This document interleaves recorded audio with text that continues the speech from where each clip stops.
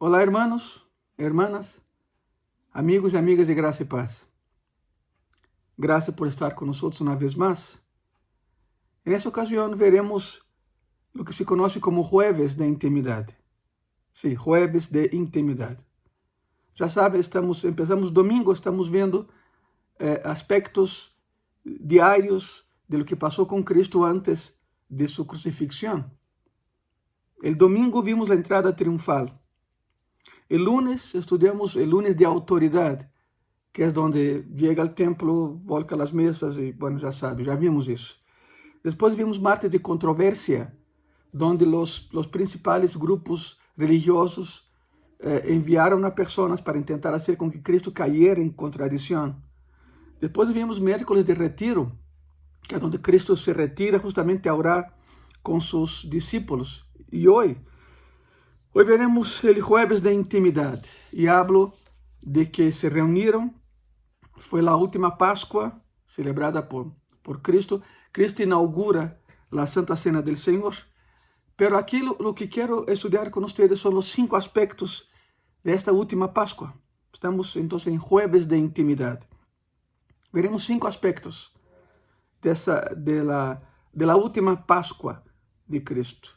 A palavra Pascua es Pesach en hebreo, y Pesach significa pasar de largo, no tocar. ¿Se acuerdan que en la noche que salieron de Egipto, los hebreos recibieron instrucciones de pintar los dinteles de su puerta, los postes de dintel de la puerta? Ya explicamos eso en otras Pascuas pasadas, que si tú conectas los puntos donde colocaron la sangre del cordero, forma justamente una cruz. ¿Verdad? Que los postes de la puerta, de una puerta judía, no es justamente la mitad, es 10 centímetros arriba de la mitad.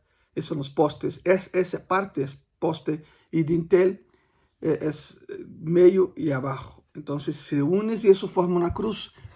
La cruz fue presentada a los hebreos en la noche en que ganaron la libertad y nunca la entendieron, nunca la vieron así. Pero para nosotros cristianos evangélicos sabemos que la cruz vacía es símbolo de victoria, porque el que foi clavado aí não se quedou aí, ele que foi colocado na tumba não se quedou na tumba. Jesucristo vive e está conosco. Por isso é importante entender como foi essa última Páscoa, onde Cristo por última vez se senta com seus discípulos nesse aspecto de intimidade no aposento alto. Ok. Veremos os 5 aspectos dessa última Páscoa. Número 1, espero que tenhas tu pluma na mão. Número 1, la preparación de la última Pascua. Y vamos a Mateo 26, por favor. Mateo 26, versículo 17. La palabra dice así: el primer día de la fiesta de los panes sin levadura, vinieron los discípulos a Jesús diciendo: ¿dónde quieres que preparemos para que comas la Pascua? Porque era muy común que preguntaran al rabino, al que estaba en posición de liderazgo, ¿dónde preparar la última Pascua? 4 días antes de la Pascua, las familias debían seleccionar un cordero sin defecto para el sacrificio.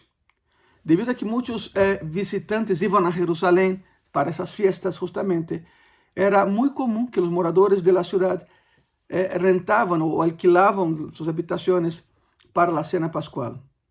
O sea, con el fin de ganar algo de dinero, rentaban sus casas y iban a comer la Pascua con otras familias. Era muy común eso allá, por eso los discípulos preguntan: ¿dónde quieres que preparemos la última Pascua?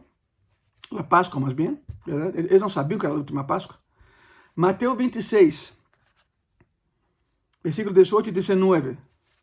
Y él dijo: id a la ciudad a cierto hombre y decidle: el maestro dice, mi tiempo está cerca. En tu casa celebraré la Pascua con mis discípulos. Y los discípulos hicieron como Jesús les mandó y prepararon la Pascua. Había que realizar muchos preparativos antes de la Pascua judía. Empezando por el lugar, terminando con la ceremonia y la comida, claro. Después de sacrificar el cordero en el templo, se lo cocinaban, se preparaban otros elementos para la cena: el pan sin levadura, vino y un plato de hierbas amargas.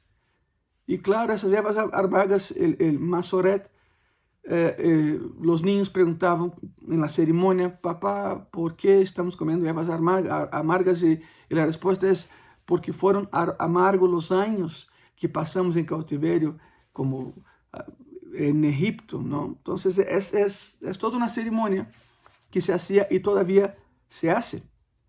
Todavía se hace esa ceremonia, pero en las casas, claro. Se preparaba todo: el pan sin levadura, el vino y el plato con hierbas amargas. Esa preparación estaba a cargo de uno de los discípulos. Cada rabino tenía mínimo 2 discípulos de su círculo íntimo, y con ellos tomaba la última cena. Por eso no es nada espectacular que Cristo haya tomado la última cena con sus discípulos, porque en ese momento los otros rabinos también estaban haciendo lo mismo. Por eso era muy común que un de los discípulos estuviera a cargo de la preparación. La tarea de preparar el lugar estaba a cargo de un siervo del dueño del lugar. Significa que los discípulos preparaban, pero quien arreglaba el lugar era alguno de los siervos, un siervo del dueño de la casa, que habían rentado para esa actividad. En Lucas capítulo 22, versículo 10, Jesús, un pasaje paralelo a ese que estamos estudiando. Aí nesse pasaje de Lucas, Jesús les dice que busquen a un hombre cargando agua en el mercado. Sabemos que Pedro y Juan estaban a cargo de encontrar ese hombre, entonces eran los encargados de preparar la última cena, Pedro y Juan. ¿Por qué busca un hombre cargando agua en el mercado? ¿Qué tiene de espectacular eso? Es que no era muy común encontrar un hombre cargando agua en un mercado. Las mujeres lo hacían, no los hombres. Y entonces, para ubicar a la persona, sería muy fácil. Ve al mercado y busca un hombre cargando un cántaro de agua. Ese es.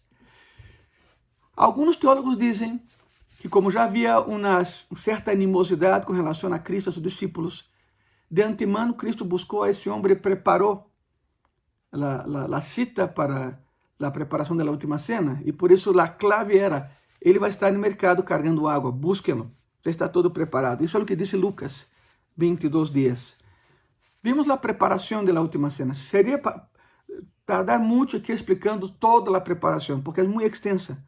La comida, el ambiente, no podía haber mucha luz en el lugar. Las velas, eran 1 o 2 velas, no tantas velas en el lugar. Porque era un momento de tristeza, era un momento de sacrificio, pero también de alegría. Entonces la ceremonia se basaba en eso, en un ritual, digamos así, de la oscuridad a la luz. Después, al final de la cena pascual, se prendían todas las luces, las lámparas, las antorchas, lámparas de aceite, ¿verdad? Simbolizando el paso de oscuridad a luz. Vimos la preparación de la última cena. Ahora, número 2, la comida de la Pascua. La comida. Mateo 26:20, la palabra dice así: cuando llegó la noche, se sentó a la mesa con los 12. Agora estamos viendo lo que se conoce como jueves de intimidad. ¿Por qué sus nombres? ¿De dónde vienen esos nombres? Bueno, la iglesia conmemora eso desde hace 300 años, con esos nombres. Con esos nombres. Las iglesias más tradicionales dieron a esa semana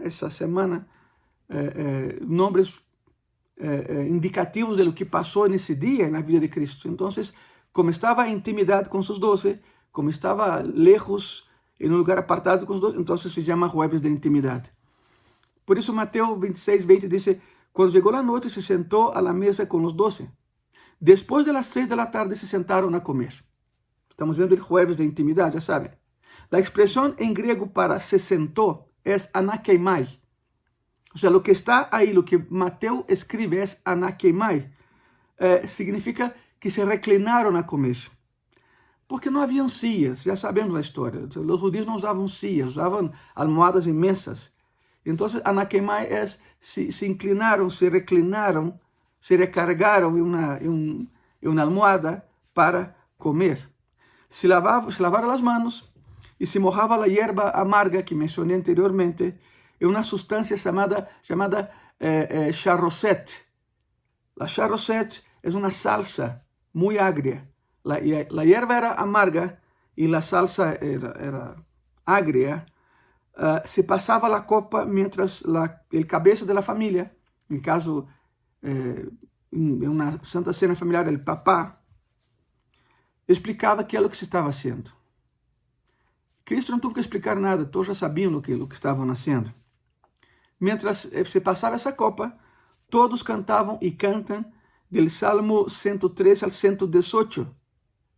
Salmo 113 al Salmo 118 eram cantados, conhecidos como Salmos de Halel, e Halel significa alabanza em hebreu. Então, se sentavam na mesa, se estavam mojando a hierba amarga na salsa charosset, comiam e passavam a copa entre todos que estavam aí. Sim, claro que hoje em dia cada quem tem uma copa em frente de si, pero há 2000 anos não, era uma sola copa. Se passava isso e todos cantavam de Salmos 113 al 118, Salmos de Halel, significa Salmos de alabanza em hebreu. El cabeça da família distribuía el pan sem levadura para comer com el cordeiro. Sabe, cordeiros, passava el pan por aí.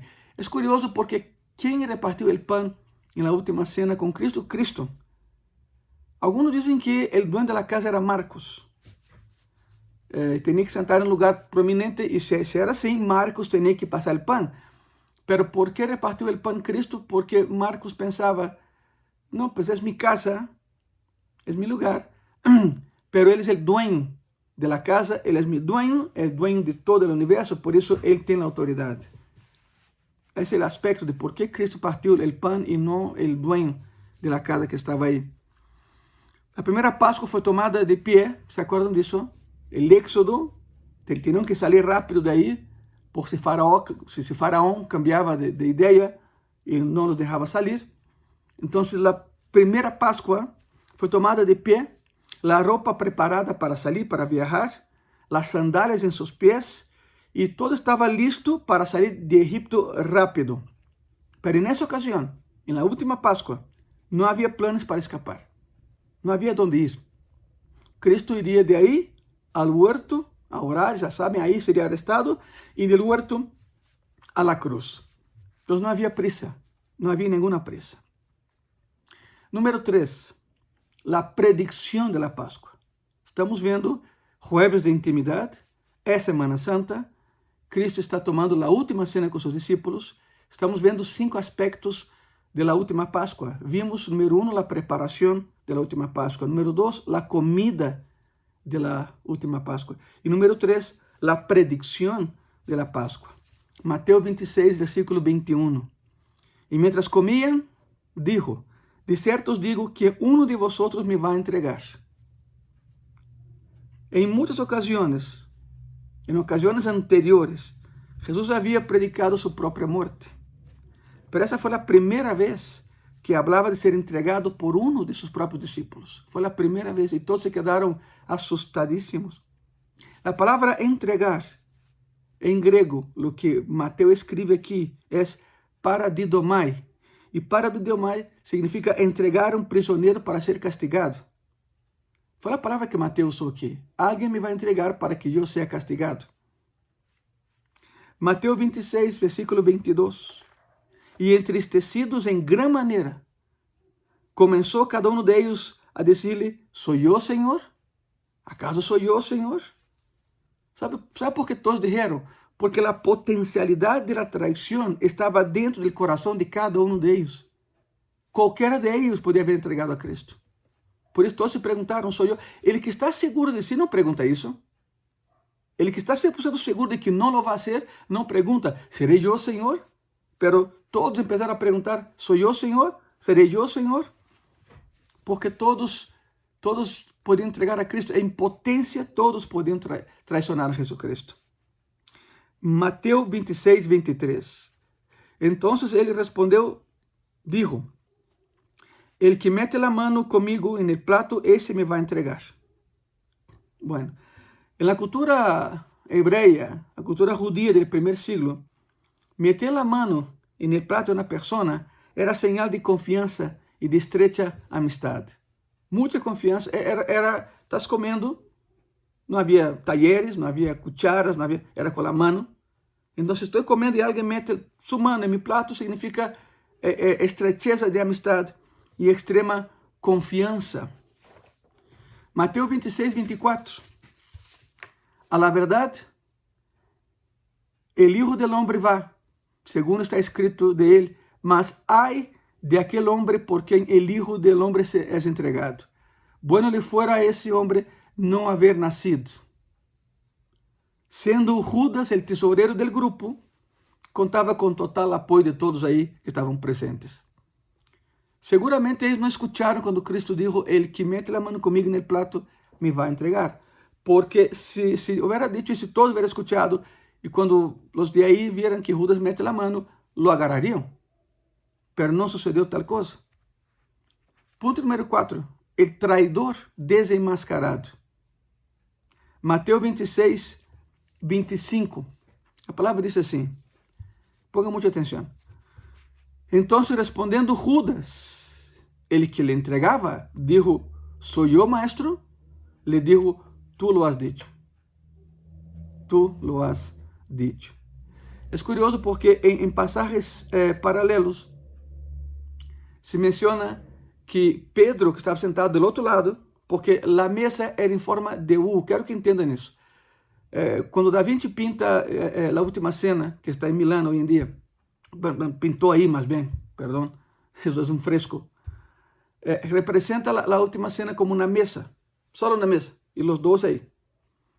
Pero a mesa judia era em forma de U, era uma U, uma herradura, como quer dizer.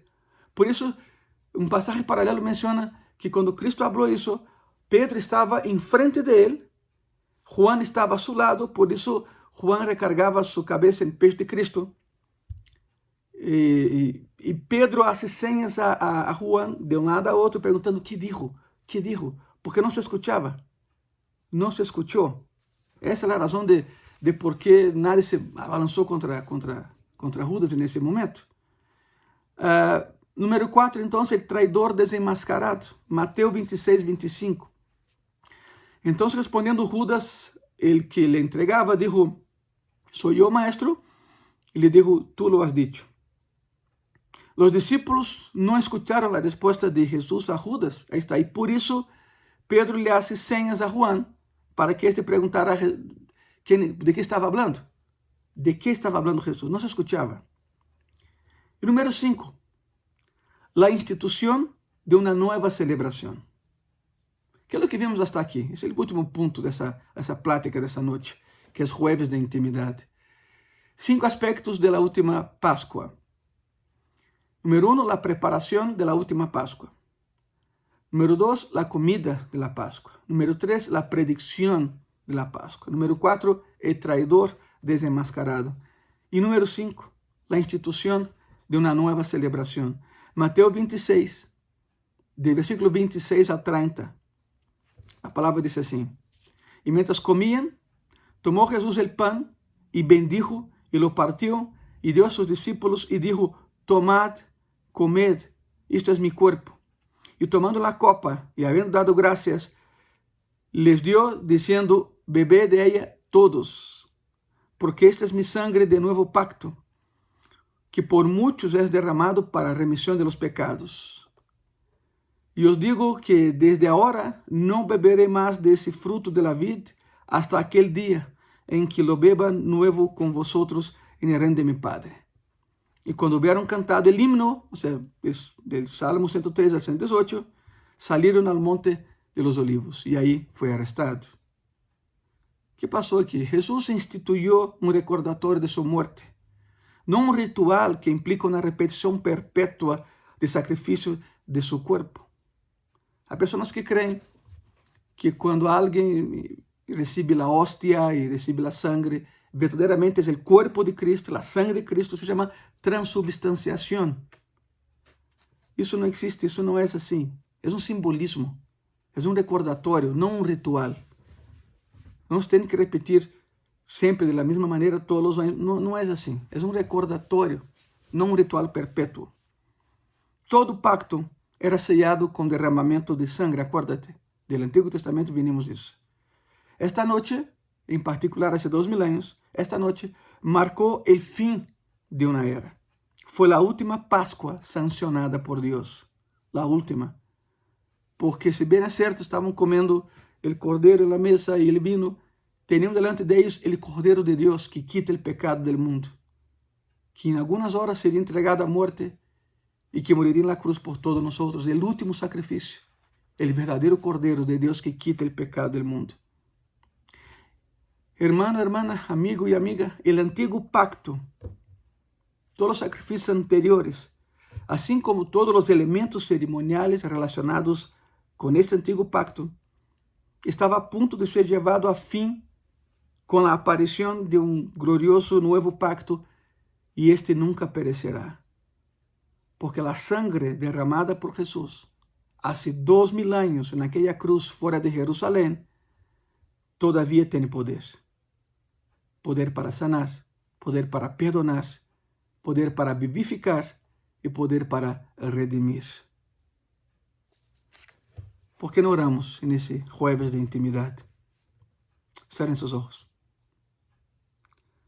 Amado Señor y Salvador Jesucristo, te damos las gracias, Señor, por todo lo que has hecho por nosotros, por todo lo que sigues haciendo por nosotros, Señor. En esa intimidad que tenemos contigo, Padre, te pedimos perdón. Perdón por las ocasiones en que te hemos ofendido, en acción o en pensamiento. Perdónanos, Señor, por las ocasiones en que no hemos entendido lo que hiciste en la cruz. Pero en este jueves de intimidad, Señor, queremos intimar contigo. Queremos ser unos contigo, Señor. Perdona nuestras ofensas, perdona nuestros pecados, Señor, límpianos de toda la maldad. Y que podamos caminar contigo, Señor, porque estamos seguros que tú quieres caminar con nosotros. Gracias, Señor. Señor Jesús, gracias por la cruz. Amén. Amén. Mañana nos vemos para la crucifixión. Mañana es un viernes de entrega, mañana es un viernes glorioso. Mañana veremos el sermón de las 7 palabras, las 7 expresiones de Cristo en la cruz. Que Dios te bendiga.